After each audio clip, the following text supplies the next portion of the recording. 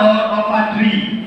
Initially we saw the tree was very small, and as the gardener waters the tree, the tree grows, and gradually it becomes a big tree. Once it grows, becomes a big tree, it gives us shadow as well as feed us with its fruits. Then we see finally, for our selfish reasons, we sell the trees and the trees are cut. Finally, the result comes is that all the trees are cut and we get lot of heat. We don't have shadow to protect ourselves and we are stuck in the scorching sun. So this is the short lesson we get from this story. Now we have a short speech on this special occasion. After that we'll have an oath protect the nature. आप सभी को मेरा सुप्रभात। मैं प्रियांशी आज के महत्वपूर्ण विषय पर्यावरण के ऊपर आप सभी को कुछ बताना चाहती हूँ। पर्यावरण संरक्षण आज के समय की सबसे बड़ी जरूरत है। पर्यावरण का अर्थ है परिजोर आवरण, अर्थात हमारे चारों ओर का वातावरण। पर्यावरण संरक्षण से तात्पर्य है हमारे चारों ओर के वातावरण को संरक्षित करना तथा उसे जीवन का अनुकूल बनाए रखना। पर्यावरण की सुरक्षा करना हमारे लिए बहुत ही महत्वपूर्ण है, क्योंकि सभी जीवों का जीवन पूरी तरह से प्रकृति जैसे पानी, हवा आदि पर निर्भर है। इसके अलावा हम भोजन आदि के लिए भी पर्यावरण पर निर्भर है। पर्यावरण संरक्षण का समस्त प्राणियों के जीवन तथा इस धरती के समस्त प्राकृतिक परिवेश से घनिष्ठ संबंध है। सभी जीव जंतु पेड़ पौधे द्वारा छोड़े गए ऑक्सीजन के कारण ही हम जीवित हैं, लेकिन प्रदूषण के कारण पूरी पृथ्वी प्रदूषित हो रही है। इसलिए हमें अपने पर्यावरण को सुरक्षित रखना चाहिए, जिससे हमारा अस्तित्व बना रहे। पर्यावरण है तो जीवन है। पर्यावरण का ध्यान रखना प्रत्येक व्यक्ति की जिम्मेदारी है। जब हर व्यक्ति अपनी ओर से कदम बढ़ाएगा तो बढ़ते प्रदूषण, कचरे तथा बढ़ती आबादी का स्वयं ही उपाय निकल कर आएगा, जो पर्यावरण को संरक्षित करेगा। पेड़ पौधे इस धरती की सुंदरता है और इसे सुंदर बनाना हमारा कर्तव्य है। धन्यवाद। आपका दिन शुभ हो। दिखने लगी है, प्रकृति भी उस पर चीखने लगी है। मानव जाति ने ऐसा सर्वनाश किया, अब तो ऑक्सीजन भी दिखने लगी है। पेड़ पौधों का महत्व सबको बताना ही पड़ेगा। सबको मिलकर एक पौधा तो लगाना ही पड़ेगा। अगर चाहते हो संपूर्ण मानव जाति की भलाई, तो सबको मिलकर आगे आना ही पड़ेगा। धन्यवाद। पृथ्वी दिवस मनाया जा रहा है पूरे बिहार में। पृथ्वी एक विशेष ग्रह है, हम अपनी किताबों में पढ़ते आ रहे हैं। आपकी ये यूनिक प्लैनेट क्यों? क्योंकि यहाँ पर जीवन उपलब्ध है। जीवन उपलब्ध होने के लिए यहाँ सारी जो सुविधाएं चाहिए, बेसिक जो नीड्स हैं, पानी, जल, पेड़ पौधे सारे यहाँ पर उपलब्ध हैं। लेकिन अब हमारी यह पृथ्वी धीरे धीरे इस तरह से बदलती जा रही है, जिसके वजह से हमारा जीवन खतरे में पड़ता जा रहा है। न हमारा जीवन, सारे जो जीव जंतु हैं उनका जीवन भी खतरे में आ गया है और इस खतरे के लिए कहीं न कहीं हम लोग जिम्मेदार हैं। हम जो मानव हैं, पृथ्वी पर जो संकट आया है हम जिम्मेदार हैं।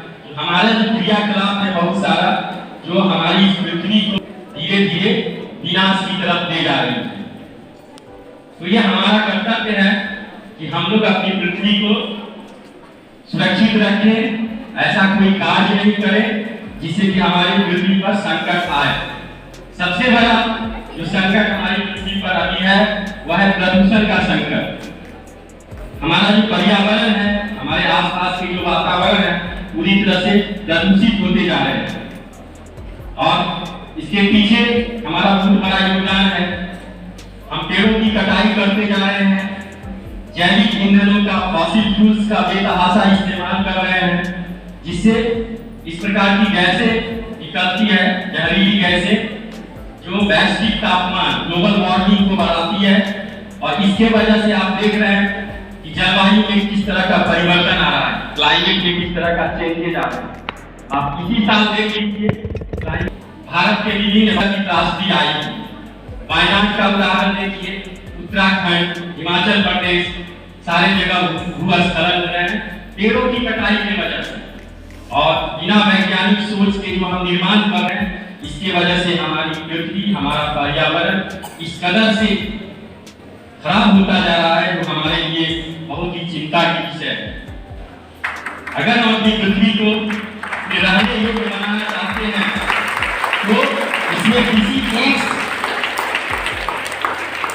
एक व्यक्ति, एक समूह, एक सरकार के बस की बात है।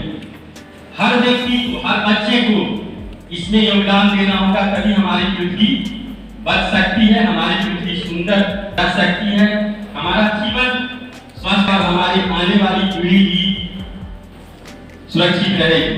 इसके लिए बहुत सारी चीजें हैं जिसको हमें नहीं करना है। सबसे पहला है कि हमें ऊर्जा का रिक्वायरमेंट है, ऊर्जा की जरूरत है विकास के लिए, और ऊर्जा हम प्राप्त करते हैं जैविक ईंधन को जलाकर। तो हमें अपने ऊर्जा को संरक्षित करना है, और उसकी शुरुआत में हम सभी योगदान कर सकते हैं। जैसे हम अपने स्कूल में पंखा चलते हुए छोड़ देते हैं, बल्ब जल रहा है उसको जलते हुए छोड़ देते हैं। जब हम का उपयोग नहीं है, जब उसका कार्य नहीं है, तो सबसे पहले संकल्प लेना चाहिए कि जब हम क्लास से निकले तो फैन को ऑफ कर दें, बल्ब को ऑफ कर दें। छोटी छोटी चीजों से ही हम अपनी ऊर्जा को बचा सकते हैं। जब ऊर्जा की बचत होगी तो जैविक ईंधन का खपत कम होगा, और जब जैविक ईंधन का खपत कम होगा तो हमारा प्रदूषण का स्तर कम होगा।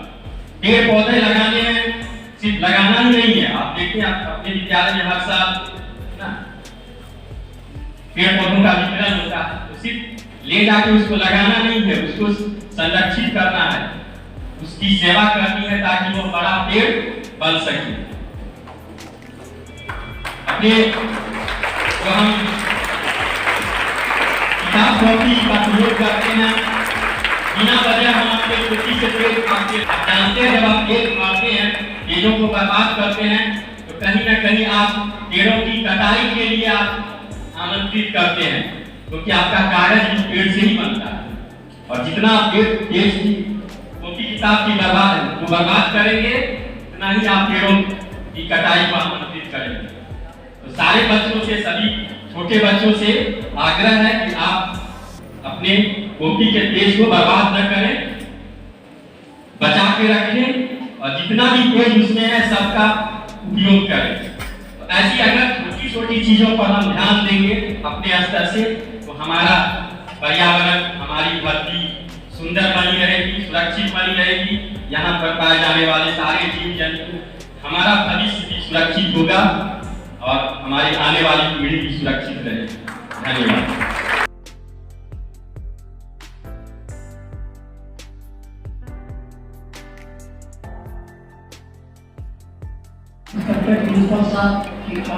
सभी बच्चों, आप लोगों को आज पर्यावरण दिवस पर इन्वायरमेंट में सबसे पहला इन्वायरमेंट का है IoT फैक्टर सराउंडिंग।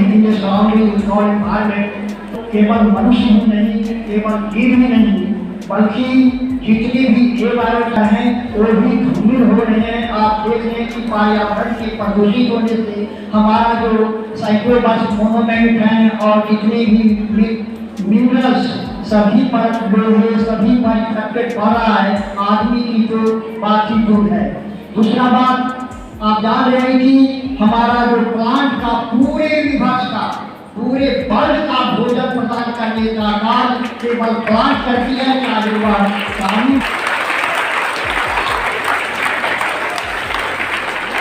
चाहे वह कार्निवोरस हो, चाहे हर्बीवोरस हो। अगर कार्निवोरस कहता है कि हमको क्या मतलब है आपको प्लांट से, तो डायरेक्टली इनडायरेक्टली। अगर हर्बीवोरस नहीं होगा तो कार्निवोरस का कहाँ रह सकता है? इसलिए पूरी जीव का, पूरी dependent upon food on A plant, सभी प्लांट पर डायरेक्टली और इनडायरेक्टली डिपेंड है। तो एक तरफ का भूमि पदार्थ नहीं जाता है,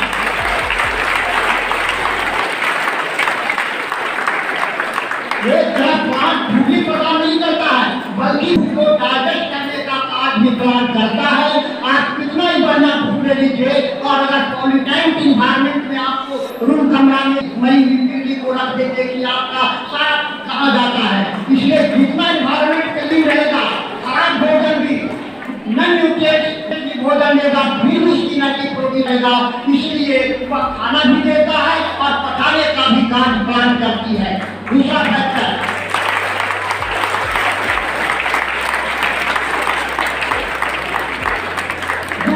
बता रहा हूँ, प्लांट नेचुरल थिंग्स है और नेचुरल को पूरी तरह से बैलेंस करने का काम नेचर को कोई आज तक बैलेंस नहीं किया है। हमने किसी को करने की हिम्मत है, न किसी को ताकत है। अगर नेचर को बैलेंस करता है तो प्लांट करता है, भी पता है कि क्यों करता है, क्योंकि वहाँ तो ड्रग्स है, किसी का सहारा की जरूरत नहीं है।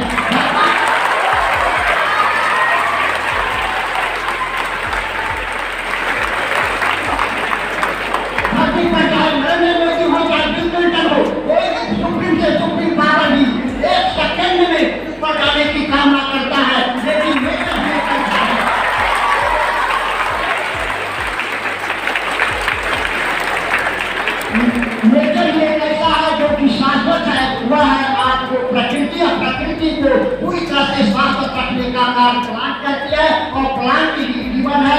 आप देखें कि और अगर आदमी चाहे तो नहीं रह सतर्क होता है।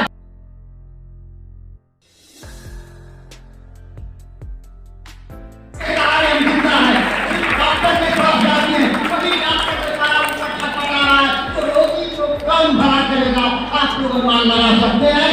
इसलिए प्रकृति अंत में सभी को ना कर देगा। जानते हैं कि ग्लोबल वार्मिंग में स्प्लिट हो चुका है, आप देख रहे हैं कि ओजोन स्प्लिट हो चुका है, उसकी ओजोन में भ्रष्ट हो जाएगा, पूरा धरती का सर्वनाश हो जाएगा। इसीलिए ग्लोबल वार्मिंग अगर होगी तो एक बार प्रकृति कैसा हो जाएगा, धरती के जैसा आपको देखे हुए ब्लैक हो जाएगा। और जो जितना रोमांटिक फेज में रहेगी, जो जितना उनको सबसे पहले ऊपर जाना है। प्रत्येक वर्ष कम से कम एक पौधा लगाकर उसकी सुरक्षा एवं देखभाल कर वृक्ष बनाऊंगी। अपने आसपास के तालाब, नदी, पोखर एवं अन्य जल स्रोतों को प्रदूषित नहीं करूंगी। इसके लिए दूसरों को भी प्रेरित करूंगी। आवश्यकता से अधिक जल का उपयोग नहीं करूंगी।